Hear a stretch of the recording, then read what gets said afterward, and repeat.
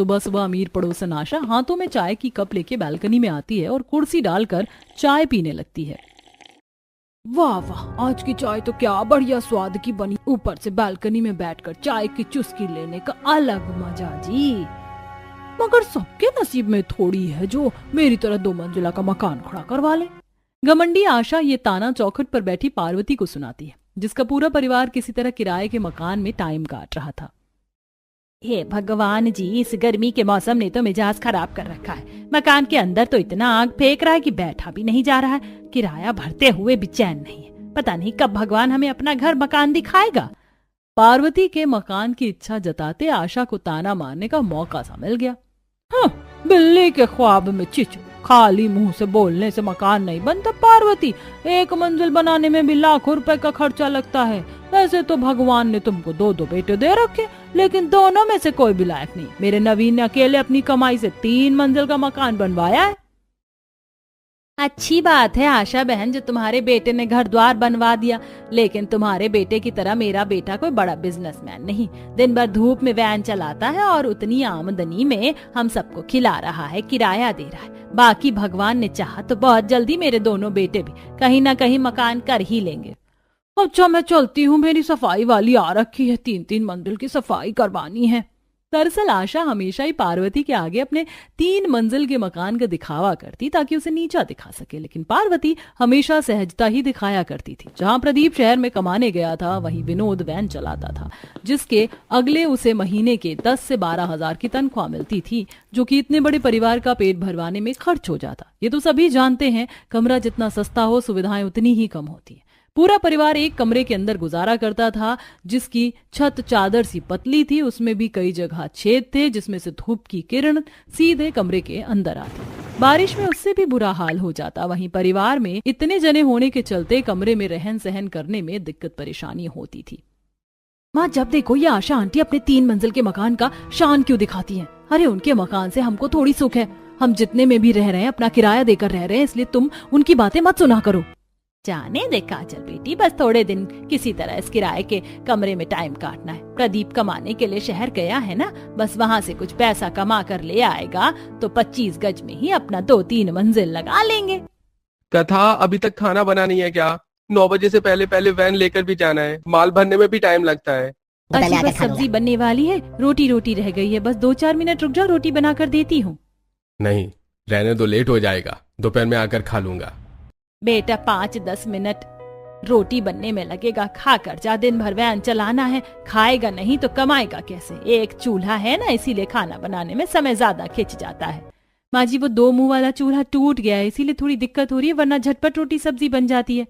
कोई नहीं बहू, आज मैं आंगन में ही 2 मुंह का चूल्हा डाल दूंगी, फिर तू वहीं पर खुले में आराम से खाना बनाना। वैसे भी दिन भर गर्मी से कमरा दमक रहा है, ऊपर से जब से घर में खाना पीना बन रहा है तो पूरा दिन घमस सी भर गई है।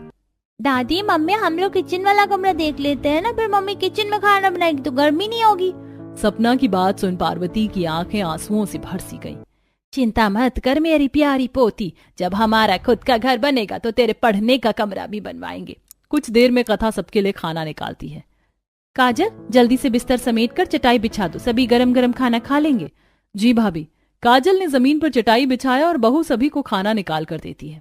माँ जी, पापा जी, गरम गरम खाना है, खा लीजिए। अरे बहू, एक तो इतनी गर्मी, ऊपर से गरम गरम खाना खाने का मन सा नहीं हो रहा, ऊपर से दिन भर कमरा भी आग फेंक रहा है। जी, मकान की छत भी तो चादर के जितनी पतली हो गई है। अगर ऊपर मकानदार ने 1-2 कमरे बिठा रखे होते तो नीचे थोड़ी सी ठंडक लगती। पंखा चलाने का भी कोई फायदा नहीं, गरम गरम हवा फेंक रहा है।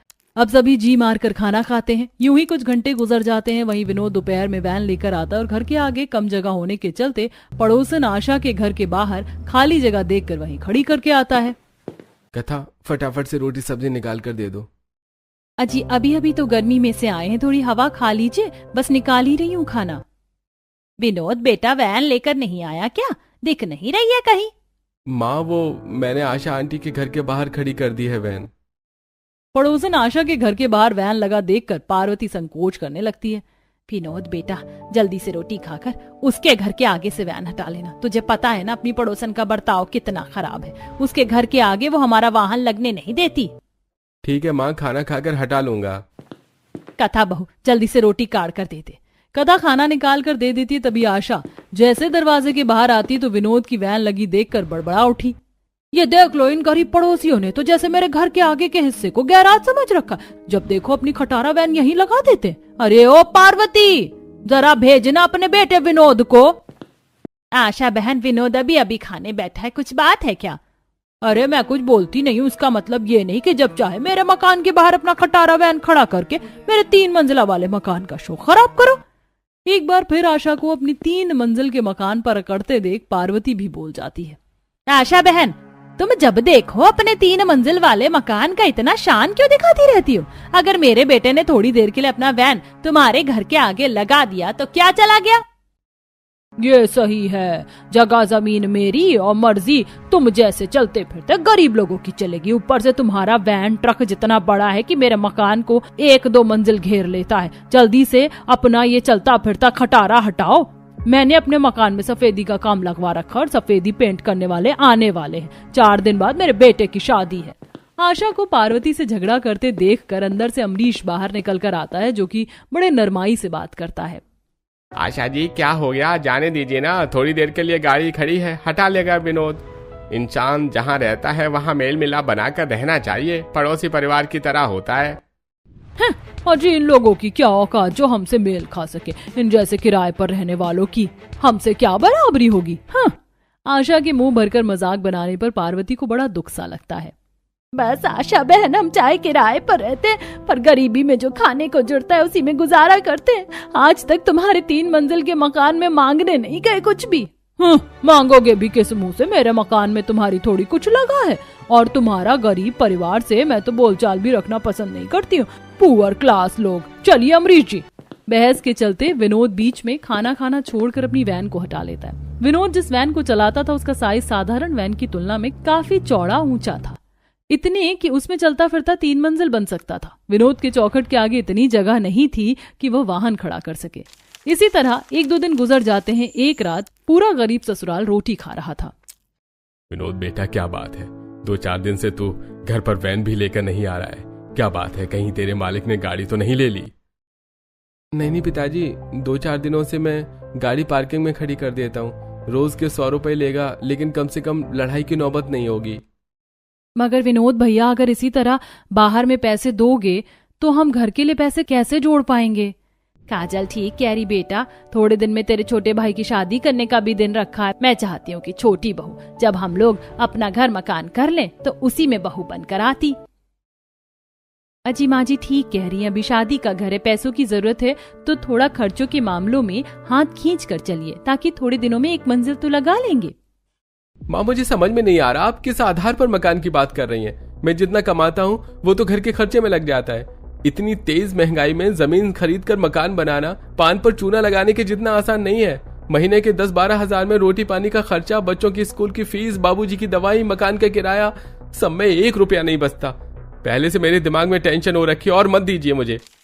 अब इसी तरह थोड़े दिन गुजर जाते हैं। तभी कथा एक दिन अपने बच्चों सौरभ सपना को बाजार लेकर आती है, जहाँ बाजार में एक फूड वैन लगा हुआ था, जिसे देख बच्चे मम्मी देखो पापा जैसी गाड़ी बाजार में, लगता है वहाँ पर किसी चीज का भंडारा बट रहा, चलो ना खाते हैं। ओए बुद्धू, वो फ्री में थोड़ी ना खिलाएंगे, पैसे लगेंगे पैसे। आइए हमारे चलते फिरते फूड रेस्टोरेंट में चाउमीन, बर्गर, गोलगप्पे खाइए। वैन के अंदर चलते फिरते फूड को खाने के लिए लोगों की भीड़ देखकर कथा की आंखें फटी रह गईं। इस चलते फिरते फूड वाले की तो एक जगह ठेला जमा कर बेचने वालों से भी काफी ज्यादा बिक्री है, और तो और अंदर रसोई भी लगी। इन्होंने तो कमाने की खाने की सही जुगाड़ लगा रखी है। चलते फिरते हुए गाड़ी में थोड़ी देर में सब्जी खरीद कर कथा दोनों बच्चों को लेकर जैसे ही घर आती है, तभी सौरभ दादी आप कुछ अंकल बाजार में चलते फिरते गाड़ी में खूब सारा गोलगप्पा, चाउमीन, मोमोज भर का बेच रहे थे और अंदर ही रसोई भी लगा रखी थी। अरे बहू, ये दोनों बच्चे क्या कह रहे? मेरे तक कुछ भी समझ नहीं आ रहा है। माँ, ये दोनों चलते फिरते फूड वाली गाड़ी के बारे में बात कर रहे हैं। आजकल ज्यादातर लोग चलता फिरता फूड का बिजनेस ही कर रहे हैं। उसी के अंदर ताजा गरम खाना बनाते भी हैं, बेचते भी हैं और उसी में रहते हैं। मगर चलती फिरती गाड़ी में खाना बनाकर बेचना तक तो ठीक है, लेकिन रहन सहन गुजारा तो बड़ी मुश्किल से करते होंगे। माँ जी मैं भी यही सोच रही थी, लेकिन उन्होंने वैन के अंदर ही सब चीज करने के लिए अच्छे से जगह बिठा रखी थी। चलो फिर बहुत ही बढ़िया है। बहू वैसे भी एक जगह ठेला लगाकर कुछ खाने पीने का बेचने से ज्यादा अच्छी आमदनी फेरी लगाकर बेचने में हो जाती है। दिन भर कहीं भी चलते फिरते खाना पीना बेच लो और रात को खाली रोड देखकर आराम से रोककर सो जाओ। कम से कम हर महीने किराया देने की टेंशन भी नहीं रहती होगी। सही कहा माँ जी। अब ऐसे ही थोड़े दिन गुजरते हैं जहाँ कोई भी आशा के 3 मंजिल वाले मकान को लोग देखकर काफी तारीफ करते, वहीं पार्वती के गरीब परिवार को किराए के एक कमरे में गुजारा करते देख हंसी उड़ा जाते थे। ऐसे ही एक दिन, आंटी जी ये देखिए, ये सारे के सारे डार्क कलर आपके मकान की दीवार पर खूब खिलेंगे और सस्ता भी पड़ जाएगा। अरे ये कलर तो देखने में एकदम कच्चा लग रहा है, ये सस्ते कलर नहीं चलेंगे। वैसे भी सस्ता रोए बार बार, महंगा रोए एक बार। तो फिर ये नैरो लेग पेंट देख लीजिए, इसमें पेंट के हल्के गाढ़े दोनों कलर मिल जाएंगे आपको। अरे भाई ऐसे कैसे किसी भी रंग से पेंट करवा लूं, अपनी पसंद से कलर करवाऊंगी। आशा अपनी गरीब पड़ोसियों के शो ऑफ करते हुए फोन से अपनी होने वाली बहू श्रद्धा को वीडियो कॉल करती है। हेलो नमस्ते मम्मी जी, खुश रहो बहू खुश रहो। वो मैं मकान में पेंट लगवा रही थी, तुम्हें जो अपनी पसंद से जचे वो कलर चुनकर बता दो। मम्मी जी पीच कलर और पर्पल कलर बिल्कुल रॉयल कलर हैं, तो आप इसी से पेंट करवा लीजिए, ये कलर काफी ज्यादा खिलेगा। ठीक है श्रद्धा बहू, जैसा तुझे ठीक लगे।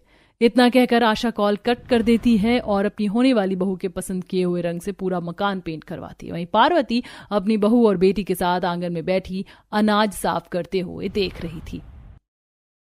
अभी कुछ ही महीने पहले तो इन्होंने 3 मंजिल का मकान बनवाया है और इतनी जल्दी दोबारा से पेंट भी लगवा रही है। बेटी इन जैसे अमीरों के लिए दिखावा बड़ी चीज है और इन्हें कोई पैसों की कमी थोड़ी है, सोचना तो हम जैसे खाने कमाने वाले गरीबों को पड़ता है। तभी मकान के अंदर से सौरभ खाने की थाली लेके रोते हुए बाहर आता है। मम्मी देखो ना, मैं खाना खा रहा था और छत पर से आज फिर से कितनी सारी मिट्टी मेरे खाने में पड़ गई, अब मैं क्या खाऊंगा। जब देखो इस मकान की छत दीवार से मिट्टी उखड़ उखड़ कर निकलती रहती है, कभी खाने में तो कभी बिस्तर पर चढ़ जाती है। मकान की हालत भी तो कच्ची हो रखी है, क्या कर सकते। कथा बहू जा दूसरा खाना काट कर दे दे। दोबारा से खाना देने की बात सुनकर कथा के चेहरे पर लाचारी झलक जाती है। माँ जी खाना तो खत्म हो चुका है, अब कुछ भी नहीं बचा। बहू एक बार भगोने में देख ले, थोड़ा बहुत दाल भात लगाओ तो कांच पोंछ कर दे दे, 2-4 कौर तो खाने को मिल जाए बच्चे को। माँ जी बर्तन में एक अन्नी का दाना भी नहीं बचा, आज बनाने के लिए थोड़ा ही राशन था इसलिए। सौरभ ने एकटक उसी मिट्टी वाले खाने को देखा और घर के दुख गरीबी भरे हालात को समझते हुए कहा, कोई बात नहीं माँ दादी, इसमें थोड़ी सी मिट्टी पड़ी है, मैं ऐसे ही निकाल कर खा लूंगा। वैसे भी आप कहती हो ना खाना बर्बाद नहीं करना चाहिए, पापा कितनी मेहनत से कमा के लाते हैं। नम आंखों से सौरभ मिट्टी वाले चावल के निवाले भी चाव लेकर खाते हुए दोनों को दिखाता है और दोनों का कलेजा मचल सा गया। भगवान इतना कष्ट किसी गरीब को काटने को ना मिले कि एक बच्चे को कुछ निवाले अच्छे खाने के भी नसीब ना हो। हम गरीबों के भाग्य में केवल नमक रोटी खाकर पेट भरना और किराए के घर पर भटकना ही लिखा है। माँ जी चुप हो जाइए, रोइए मत, एक दिन सब ठीक हो जाएगा। देखते देखते रात हो जाती और विनोद बिना राशन खरीदे खाली हाथ घर आता है, जहाँ सभी आंखों में आंस लगाए भूखे बैठे थे। मम्मी मम्मी देखो पापा आ गए, जल्दी से मेरे लिए खाना बना दो। चल सौरभ तब तक हम पापा की वैन में घर घर खेलते हैं। हाँ चलो सपना दीदी चलते हैं, वैसे भी घर में तो कितनी ज्यादा गर्मी लगती है, पापा के चलते फिरते गाड़ी में एकदम बर्फ जितना ठंडा ठंडा कूल कूल लगता है। सौरभ सपना दोनों वैन के अंदर जाकर घर घर खेलने लगते हैं। वहीं कथा विनोद से, हाजी क्या बात है, बड़ी टेंशन में दिख रहे और आज आप राशन पानी भी नहीं लाए, घर में एक मुट्ठी दाल चावल आटा कुछ भी नहीं है, खाना कैसे बनेगा। कथा सेठ ने आज पैसे नहीं दिए, बोला है दिवाली पर इकट्ठे पैसे और इनाम देगा। सोचा था पैसे देगा तो एक चावल का कट्टा और दाल खरीद कर डलवा लेता, महीने भर का गुजारा हो जाता। किराया भी आ गया है, कैसे कैसे सब होगा। अरे बेटा जब दिवाली पर देने को कहा है तो कुछ बढ़ा कर देगा, और इस बार अपनी तनख्वाह बढ़ाने की बात भी करना। पिताजी सेठ ने खुद ही बोल रखा है कि इस बार से मेरी तनख्वाह बढ़ जाएगी, लेकिन अभी एक अठन्नी भी नहीं है, घर का खर्चा तो रुक नहीं सकता है, वो कैसे होगा। विनोद चिंता मत कर, तेरे भाई प्रदीप को फोन करके थोड़े पैसे मंगवा लेती हूँ, काजल जाओ उर्मिला बहन से थोड़ी देर को उनका फोन मांग कर लिया, प्रदीप को फोन मिलाना है। जी माँ। काजल फोन मांगने के लिए पड़ोसन उर्मिला के यहाँ आती है, जहाँ सभी गाड़ी के अंदर खाने पीने की चीज रख रहे थे। निकिता, खाने पीने की चीज के साथ गाड़ी में चटाई, बिस्तर, ब्लैंकेट भी जचा लेना ठीक से, बैठने सोने के लिए। अरे मैंने तो कैंपिंग गैस स्टोव भी ले लिया है पहाड़ों में मैगी बनाकर खाने के लिए। दोनों बातें कर ही रही होती हैं, तभी काजल आ जाती है और गाड़ी के अंदर रहन सहन की सुख सुविधा देखती है, क्योंकि पड़ोसन उर्मिला आशा से भी अमीर थी, जिसने 2 मंजिल का काफी हाईफाई घर बनवा रखा था, जिसमें balcony, open terrace, garden area, हर चीज की सुख सहूलियत थी। इसके अलावा उनके घर के आगे एक्सपेंसिव कारवा गाड़ी खड़ी थी, जिससे पूरा अमीर परिवार हर कुछ दिनों पर चलते फिरते घर जैसे दिखने वाली गाड़ी में ट्रिप के लिए जाया करता था। उर्मिला आंटी जी, आप लोग कहीं जा रहे हैं क्या? वो एक कॉल करना था भैया को शहर में। बस एक जगह घर में रहकर बोर हो गए थे, इसीलिए सोचा कि चलती फिरती गाड़ी में ट्रिप करके आ जाए। ये लो फोन, बात करके आ जाओ। काजल फोन घर लेकर आती है और प्रदीप को कॉल लगाकर पार्वती को बात करने को देती है। हेलो प्रदीप बेटा, तू कैसा है? मैं बिल्कुल ठीक हूँ माँ, वहाँ सब ठीक है ना? बेटा, इस महीने विनोद के सेठ ने उसके पैसे रोक रखे हैं, दिवाली में देगा। घर में राशन पानी भरवाना है, तो शहर से थोड़े पैसे भेज देना। और कुछ पैसे जुड़े कि नहीं घर बनवाने के लिए? माँ, बड़ी मुश्किल से 5-10 हजार जोड़ कर रखे हैं। यहाँ पर कमाई तो है, लेकिन कमरे का किराया है, सब चीज खरीद कर खाना है। मैं पैसे भेज रहा हूँ। प्रदीप जोड़ कर रखे पैसे परिवार वालों को भेज देता है। इसी तरह कुछ महीने गुजरते हैं और सादगी के साथ पार्वती अपने छोटे बेटे की शादी शीतल से करवा कर बहू बनाकर ले आती है। तो वहीं पड़ोसन आशा अपने 3 मंजिल के मकान में अमीर बहू उतारती है। वाह शुद्ध बहू, तुम्हारा स्वागत है। अमीरी हो तो आशा बहन के जैसी, इतने ठाट बाट से बेटे की शादी करी है और इकलौता बेटा बहू के लिए 3 मंजिल का मकान कर दिया। सही कहा मनोरमा बहन, इतनी दूरी में आशा बहन के 3 मंजिल के जैसा किसी का घर शानदार नहीं है। और वहीं इनके गरीब पड़ोसियों को देखो, सारे एक ही कमरे में रहते हैं और उसमें अब एक बहू भी बढ़ गई। दोनों पड़ोसनों को मुआ मुआ अपने 3 मंजिल वाले घर की तारीफ करते देखकर आशा दिखावा करते हुए तानेबाजी करती है। बहन, हम इज्जतदार लोग हैं, ऐसे लीचड़ लोग नहीं है जो एक ही कमरे में भरे रहे। पता नहीं कुछ लोग तो कैसे हौच पूंछ में रहते हैं। सही कहा मम्मी जी, प्रिवेसी नाम की भी कोई चीज होती है, पर ये गरीब मिडिल क्लास लोग नहीं समझते। वो श्रद्धा की टोनबाजी सुनकर चौखट पर खड़ी शीतल जवाब देती है। दीदी, कुछ लोग अमीर होते हैं और उनके पास रहने के लिए बड़ा घर होता है, लेकिन जितना गरीब परिवार जुड़कर रहता है, अमीर एक ही घर में रहकर भी अलग अलग रहते हैं। शीतल का जवाब सुनकर दोनों सास बहू का मुंह सा रह गया। हाँ, तो था चना बाजेगा ना, इस गरीब जाति को तो मैं मजा चखाती हूँ। अब आशा सीधे मकानदार को फोन करके भड़काती है, जिसके कुछ देर बाद मकानदार आकर पूरे घर को खाली करने के लिए कहता है। अरे तुम लोग तो बड़ी बेशर्मी मचा रखी है। मेरे कमरे को चलता फिरता धर्मशाला बना के रखा है। अरे जितने मर्जी उतने बंदे रहते हो। अरे मैंने तुम्हारे 6 परिवार को रहने के लिए मकान दिया था और अब तुम 10 जने रहते हो। मेरा मकान खाली कर दो, मैं किसी छोटे परिवार वाले किराएदार को चढ़ाऊंगा कमरा। मकानदार जी, आप इस तरह से बदतमीजी से कैसे बात कर रहे हैं? आज तक हमने आपका किराया कभी नहीं रोका, टाइम पर देते हैं। अरे तेरी हिम्मत कैसे हुई मुझसे ऐसे बात करने की? निकलो अब बाहर अभी के अभी। खड़ूस मकान मालिक गुस्से में तिल मिलाकर पूरे परिवार को घर से बाहर करके ताला मारकर चला जाता है, जिस पर आशा टॉन्ट मारती है। अब तो किराए की छत भी गई। आशा, तुम्हें जितना अपने 3 मंजिल के घर पर शान है ना, एक दिन जरूर टूट जाएगा। विनोद अपने पूरे परिवार को वैन में बिठाकर वहां से चला जाता है। तभी बच्चे, मम्मी, दादी, बुआ, क्या आपसे हम इसी वैन में रहेंगे? यही हमारा घर है। हाँ बेटा, जब तक घर नहीं मिलता हम इसी में रहेंगे। तब तो हम अपने चलते फिरते घर में खूब मजे से रहेंगे। इसकी तो छत भी मजबूत है, मिट्टी भी नहीं गिरेगी। थोड़ी दूर आकर विनोद खाली रोड देखकर वैन रोक देता है। उस दिन पूरा परिवार भूखे रहकर काटता है। अगले दिन विनोद सेठ के पास आता है, जो कि कंटेनर की फैक्ट्री थी। सेठ, मुझे थोड़े से पैसे दे दो, मैं दिवाली तक नहीं रुक सकता। इस समय बड़ी मजबूरी है, मेरा पूरा परिवार भूखा है, कमरा भी छूट गया। देख भाई विनोद, अभी तो फैक्ट्री खुद ही घाटे में चल रही है, इसलिए मैंने तो कितने मजदूर भी हटा दिए। तू मेरी वैन रख ले चाहे तो, क्योंकि मैंने ये फैक्ट्री बेच दी है। ये कंटेनर पड़े हैं, कुछ चाहे तो ले जा, जरूरत लगे तो। अब दोनों भाई सारे कंटेनर फैक्ट्री से उठा उठाकर अपने साथ लाते हैं, जिसे देख शीतल, कि आप लोग इतने सारे कंटेनर किस लिए लेकर आ रहे हैं? शीतल, सेठ ने फैक्ट्री बेच दी है, इसलिए भैया के काम के पैसे भी नहीं मिलेंगे। बदले में सेठ ने ये वैन दे दी है और ये कंटेनर कबाड़ पड़े थे, इसे बेचकर खाने पीने का जुगाड़ लगा लेंगे। तभी इतने सारे कंटेनर देखकर शीतल को जुगाड़ आता है और वह कंटेनर बेचने से मना कर देती है। अजी इस कंटेनर को मत बेचिए, ये बड़े काम की चीज है। ये हमारे चलते फिरते 3 मंजिल के ससुराल बनाने में मजबूत दीवार का काम करेगा। क्या सच्ची मुच्ची हमारा भी चलता फिरता 3 मंजिल का मकान बनेगा? तब तो हम भी खूब मजे से रहेंगे और हमारे लिए भी पर्सनल कमरे बनेंगे। हाँ सौरभ बेटा, हमारे 3 मंजिल वाले मकान में सबके रहने के लिए कई सारा कमरे होंगे और छत भी होगा। पर छोटी बहू, ये कैसे संभव है? हमारे पास तो घर मकान बनाने के लिए एक ईंट भी नहीं है और ना पैसे, और घर बनाने के लिए सबसे जरूरी जगह जमीन चाहिए, जो कि हमारे पास 1 गज जमीन भी नहीं है। माँ जी, चलता फिरता घर बनाने के लिए जगह जमीन की जरूरत नहीं। अगर हम किसी रोड पर भी झुग्गी लगा कर रहेंगे तो पुलिस वाले तोड़ देंगे, इसलिए हम इस वैन पर 3 मंजिल की बसावट करेंगे। लेकिन शीतल, सिर्फ कंटेनर से 3 मंजिल का घर कैसे बनेगा? और भी काफी चीजें चाहिए होंगी। अजी फिलहाल 4 दीवारी और छत तो कंटेनर की बन जाएगी, फिर बाकी इसमें बसावट करने के लिए सामान भी जोड़ लेंगे।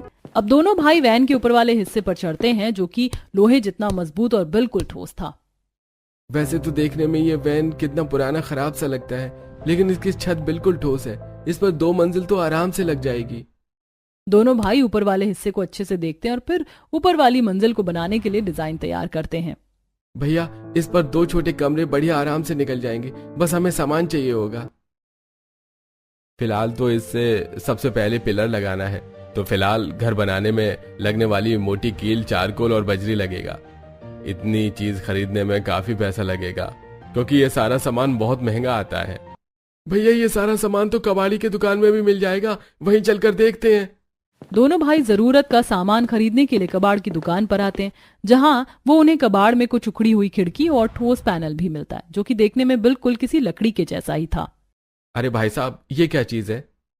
अरे भाई साहब, ये पैनल है। आजकल घर बनाने सजाने में सबसे ज्यादा इसका इस्तेमाल होता है। ये तो एक कुछ कटे टुकड़े बच जाते हैं तो बेच जाते हैं। बहुत ही हार्ड, ठोस, मजबूत है, डेकोरेशन के काम में आता है, और इस पैनल के घर बने हुए देखने में 1 पीस लगता है भाई। अगर हमें खरीदना हो तो कैसे रुपए किलो लगेगा?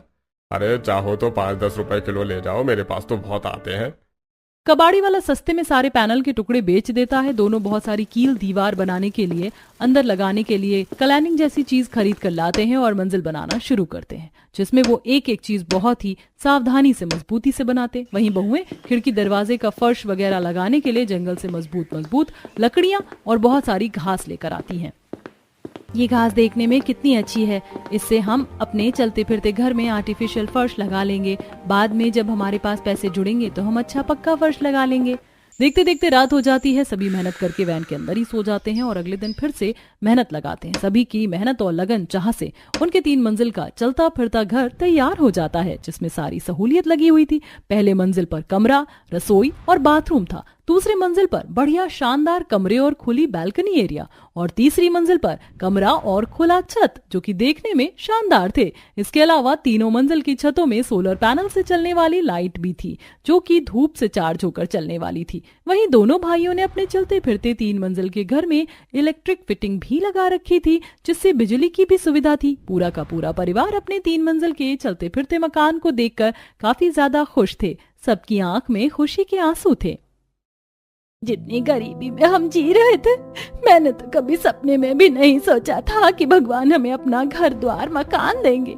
लेकिन आज हमारे पास 3 मंजिल का चलता फिरता हाई फाई मकान है। माँ जी, भगवान दुख देखकर हमें परखता है और हमारा पेट भी भरता है और अपने ठीक समय पर हमें दुगना आशीष भी देता है। सही है, अब हर महीने किराया देने की टेंशन नहीं रहेगी। भारी टेंशन से छुटकारा मिल गया।